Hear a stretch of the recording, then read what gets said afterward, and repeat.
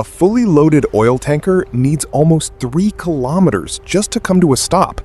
Now imagine guiding a ship that size through a passage only 33 kilometers wide without a single collision. This is the Strait of Hormuz, and here's the science that makes it work. Squeezed between Iran and Oman, this strait narrows to just 33 kilometers at its tightest point. But the real challenge isn't just how narrow it is, it's that hundreds of massive tankers pass through here every single day, and the water depth isn't the same everywhere. So how is all of this controlled? The first part of the solution is a system called the traffic separation scheme. Think of it as an invisible highway drawn across the water. One lane is only for ships coming in, the other is only for ships going out. Each lane is roughly 3 kilometers wide. Between the two lanes, there's an empty strip of water called a buffer zone. This zone acts like a safety cushion. Even if a ship drifts slightly off its lane, this buffer reduces the risk of it colliding with an oncoming ship. But this lane system doesn't run on lines alone. It's backed by radar and GPS tracking. Every ship's position is constantly transmitted to a monitoring system called Vessel Traffic Service, or VTS. It works almost exactly like an air traffic control tower, except here, the aircraft are ships moving through water. Now, here's the most interesting part, the physics. A large tanker weighs hundreds of thousands of tons.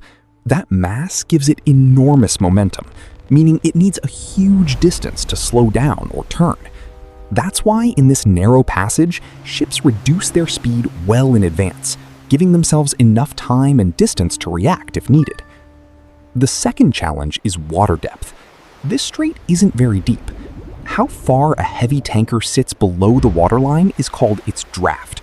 If there isn't enough gap between the ship's draft and the seafloor, the hull can strike bottom. That gap is called under-keel clearance, the space between the keel, the lowest part of the ship, and the seafloor. This is where tides come in. Sea level rises and falls several times a day, so large tankers often time their passage to arrive during the right tide, giving them maximum depth and keeping that under-keel clearance safe. Precise navigation like this needs more than GPS. A specialist called a maritime pilot boards the ship, someone who knows these exact waters intimately, working alongside the captain to guide the vessel safely through this narrow and slightly risky passage.